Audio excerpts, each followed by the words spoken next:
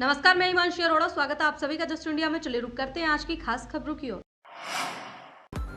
खबरों के प्रायोजक हैं आरोग्य मास्क लगाएं, कोरोना से सुरक्षित रहें। Kamal Chalk Industries, a trusted school of chalk, manufacturers and suppliers of chalk, color chalk, duster, mask, sanitizer, etc. Asian colour coated Ispat limited, आपका विश्वास हमारी पहचान। मेडिफिर international, taken a step to keep you safe from corona virus. रंज किया showroom in Rohtak and Bahadurgarh. Showroom पर आएं, test drive लें और गाड़ी बुक कराएं। किसान आंदोलन का आज 19वां दिन है, लेकिन इस डेडलॉक का कोई समाधान निकलता नहीं दिख रहा। दिल्ली के सिंघू बॉर्डर और टिकरी बॉर्डर पर संयुक्त मोर्चा के 40 किसान नेता उपवास पर बैठे हैं। शाम 5 बजे तक भूख हड़ताल जारी रहेगी। गाजीपुर समेत सभी टोल प्लाजा पर भी किसान भूख हड़ताल पर बैठे हैं। इसके अलावा देश भर के जिला मुख्यालयों पर भी धरना दिया जा रहा है। दिल्ली सरकार के मंत्री और विधायक भी धरने पर बैठे हैं। और चले से भी शुरू करते हैं बड़ी खबर की ओर। किसान आंदोलन का 19वां दिन आज है और रोहतक में किसानों ने डीसी दफ्तर का घेराव किया है। तो इस वक्त की बड़ी खबर, जिला उपायुक्त को प्रधानमंत्री के नाम ज्ञापन जो है वो सौंपेंगे। आज किसान इकट्ठा हुए हैं डीसी कार्यालय के बाहर। शाम 5 बजे तक भूख हड़ताल पर किसान नेता बैठे हैं। सभी नाकों पर अनशन पर बैठे हैं किसान। डीसी दफ्तरों के बाहर किसानों का धरना प्रदर्शन लगातार जारी है। आज शाम 5 बजे तक किसान नेता जो है वो भूख हड़ताल पर बैठे हैं। किसानों का आंदोलन लगातार जारी है। रोहतक में भी डीसी कार्यालय का घेराव किसानों ने काफी मात्रा में इकट्ठा होकर किया है और सरकार के खिलाफ लगातार नारेबाजी की जा रही है।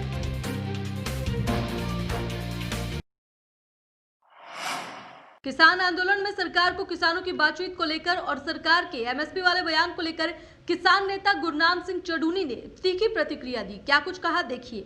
माननीय अमित शाह से जो मीटिंग हुई थी उसमें मैंने ये क्वेश्चन किया था कि अमित शाह जी, आप ये बताइए कि आप 23 फसलों का एमएसपी तय करते हैं, क्या आप 23 की 23 फसलें आप पूरे देश से एमएसपी पे खरीदने के लिए तैयार हो? उन्होंने क्लियर जवाब दिया था कि नहीं खरीद सकते। 17 लाख करोड़ रुपया बनता है, हम नहीं खरीद सकते। बिल्कुल क्लियर उन्होंने जवाब दिया।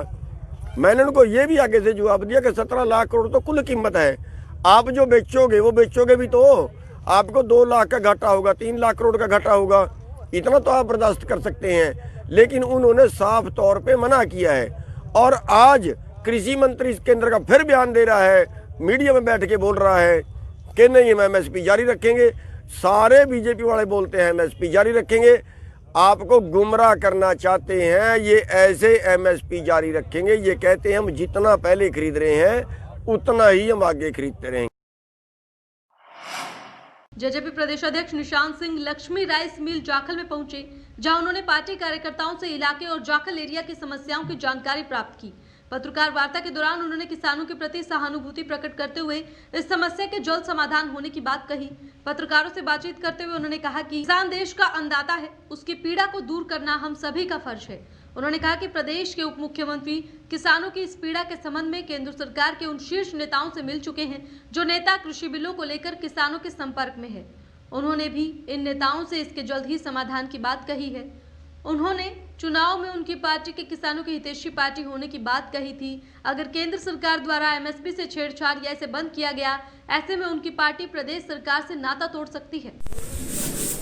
आदरणीय deputy chief minister Dushyant Chautala ji ने पहले दिन से एक तो प्रॉमिस किया था कि एमएसपी नहीं तो मैं सरकार में नहीं। उसी बात पे आज भी वो अडिग हैं, अपनी बात पे खड़े हैं।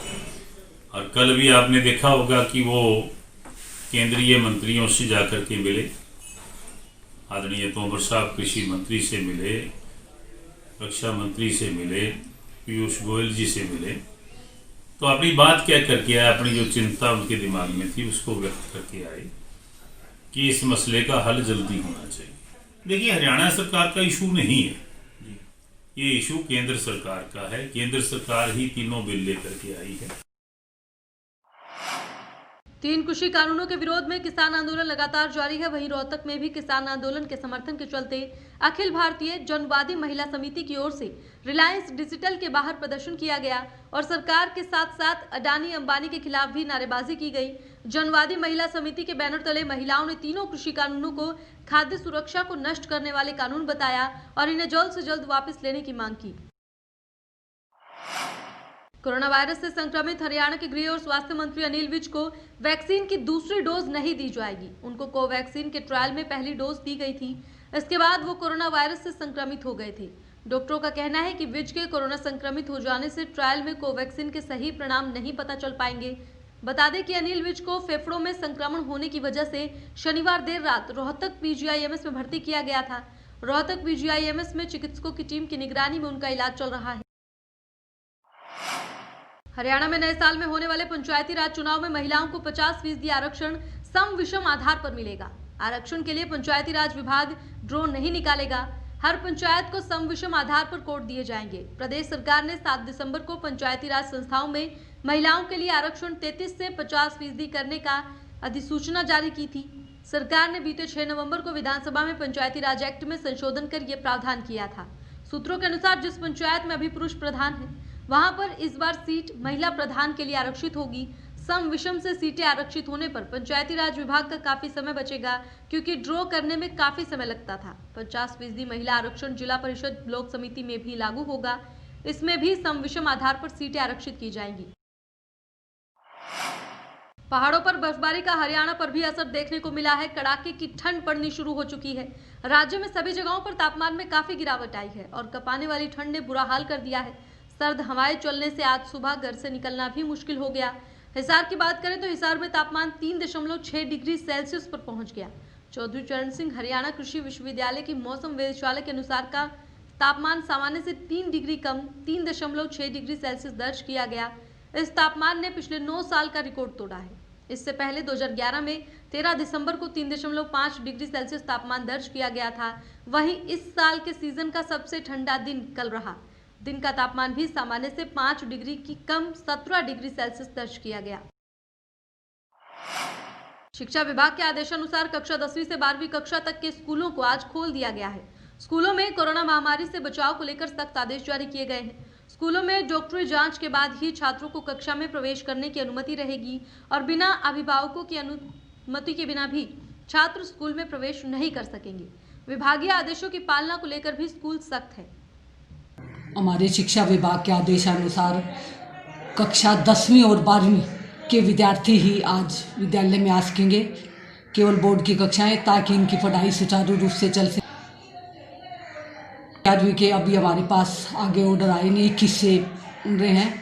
केवल आज 10वीं और 12वीं के विद्यार्थी ही में आ रहे हैं और सामाजिक दूरी, सभी मास्क लगा के और हॉस्पिटल से डॉक्टर से रिपोर्ट लेकर के कोरोना की जो रिपोर्ट वो लिखवा के लेके आएंगे, तभी उनको एंटर करने जाएगा। अभिभावकों की कंसेंट से जो है उनको इजाज़त दी जाएगी। क्या कुछ टाइमिंग रहेगी? 10 से लेके 1 बजे तक पढ़ाई चलेगी और उसके लिए टाइम टेबल तैयार कर दिया गया है। सभी स्टाफ सदस्य उपस्थित हैं आज विद्यालय में, उनके पढ़ाई का कार्य शुरू करवाने के लिए।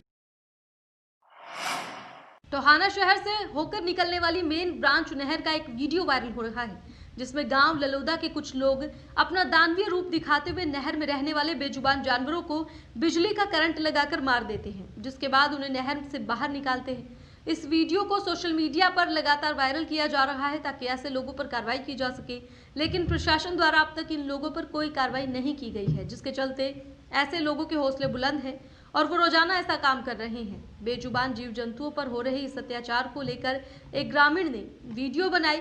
इस वीडियो को वायरल किया ताकि मानव के रूप में जन्म लेकर दानव समान कार्य करने वाले लोगों पर कार्रवाई की मांग की जा सके और ऐसे लोगों के खिलाफ कड़ी से कड़ी कार्रवाई हो सके। ये लोग वीडियो में साफ पहचाने जा सकते हैं और जो व्यक्ति वीडियो बना रहा है वो भी इन लोगों को टोहाना के गांव दलोदा का रहने वाला बता रहा है। अब देखना ये होगा कि प्रशासन ऐसे दानव समान लोगों पर कब कार्रवाई कर पाता है। ठीक है, जो आपने बता रहे हैं फॉरेस्ट डिपार्टमेंट से बात की है, ठीक है, फॉरेस्ट डिपार्टमेंट से बात की है, वो बोल रही है जो मछली है वो इसमें नहीं आती, तो इसमें जो कछुए और है करंट थे तो सभी जा रहे हैं। और ये बिजली विभाग का जो मैटर है उसमें दे रहे, वहाँ से लाइट के लिए इन्होंने करंट और करंट लगा के मार रहे हैं। जो सभी है करंट से तो सभी मरेंगे इसके अंदर जो भी है। ये भाई अपने ललोदा गया सारे, ये करंट लगा। और इस खबर पर ज्यादा जानकारी के लिए टोहाना से सुशील हमारे साथ जुड़ चुके हैं। सुशील, आपसे जानना चाहेंगे, जो वीडियो वायरल हो रहा है इसमें साफ तौर पर एक लड़का कह रहा है कि वन विभाग से परमिशन ली जा चुकी है, तो इस मामले में क्या कुछ सच्चाई सामने आ रही है? जी हाँ, बिल्कुल। मैं आपको बता दूं कि टोहाना के फतेहाबाद ब्रांच का ये मामला है, जहां पर कुछ शरारती तत्व जो है बिजली का करंट लगाकर नहर में छोड़ रहे हैं और बेजुबान जानवरों को मार रहे हैं, जिसके बाद ग्रामीण ने एक वीडियो बनाकर इसे सोशल मीडिया पर वायरल किया है और सरकार से मांग की है कि आरोपियों के खिलाफ कार्रवाई की जाए, क्योंकि जो नहर में करंट छोड़ा जा रहा है वहां से काफी मात्रा में लोग पानी पीने के लिए भी आते हैं, जिसके बाद कोई हादसा हो सकता है और जो बेजुबान जानवरों को मारा जा रहा है उसके लिए उनके खिलाफ कार्रवाई की जाए। जी, जो वीडियो वायरल हो रहा है उसमें एक लड़का साफ तौर पर ये कह रहा है कि उसे परमिशन मिली हुई है वन विभाग की ओर से। क्या इस बात में कोई सच्चाई सामने आ रही है? जी हाँ, इसके बारे में जब हमारी वन विभाग से बात हुई थी, उन्होंने बताया कि ऐसी कोई परमिशन उन्हें नहीं दी गई है, लेकिन जो भी इनके खिलाफ जो कार्रवाई होगी वो उचित कार्रवाई की जाएगी। वहीं साथ में जो ये वीडियो वायरल किया गया है उसमें जो वीडियो बना रहा है लड़का, उसको बार बार अपना चेहरा दिखा रहा है कि उसके खिलाफ कोई कार्रवाई नहीं की जा सकती। अब देखना होगा कि सरकार इस मामले में कब और कितनी जल्दी एक्शन लेगी। जी, वहां पर एक बिजली का ट्रांसफार्मर दिखाई दे रहा है, तो वो बिजली जो उपयोग की जा रही है वो वैध तरीके से की जा रही है, परमिशन ली गई है, या अवैध तरीके से की जा रही है? जी हाँ, बिल्कुल। यहाँ पर जो खेतों के लिए जो बिजली जाती है वहाँ का ट्रांसफार्मर लगाया गया है, जिसमें डायरेक्ट जो है कुंडी लगाकर बिजली चोरी करते हुए यहाँ से बिजली ली जा रही है, जिसके बाद उसको नहर में छोड़ा जा रहा है ताकि इन जानवरों को मारा जा सके। जी, तो पुलिस की ओर से फिलहाल क्या कोई बात सामने आई है कि कब तक कार्रवाई हो जाएगी? जी हाँ, इस बारे में हमने डीएसपी वीरेंद्र सिंह से संपर्क करने का प्रयास किया था, लेकिन उनसे अभी तक कोई संपर्क हो नहीं पाया है। जैसे ही बात होगी आगामी कार्रवाई बता दी जाएगी। ठीक है, बहुत बहुत शुक्रिया सुशील, ज्यादा जानकारी देने के लिए। खबरों के प्रायोजक थे कमल चौक industries, a trusted school of chalk, manufacturers and suppliers of chalk, color chalk, slate pencil, duster, dustless chalk, housekeeping material, mask, sanitizer, hand wash. Office number 201, first floor, town centre mall, D park, model town, Rohtak. Corona महामारी से लड़ने के लिए आरोग्य mask लाया है आपके लिए सबसे आधुनिक मास्क। इसके साथ ही आपको मिलेगी आधुनिक पीपीई किट, वो भी बहुत ही सस्ते रेट पर। contact@arogyamask.com पर जाएं और हमसे संपर्क करें, या फिर www.arogyamask.com से जुड़ें। इसके साथ ही आप हमें कॉल कर सकते हैं। हमारा पता है Anand international, plot number 181, Panipat, Haryana. Be Fast Fit, India's fastest growing fitness chain, now at Rohtak D Park.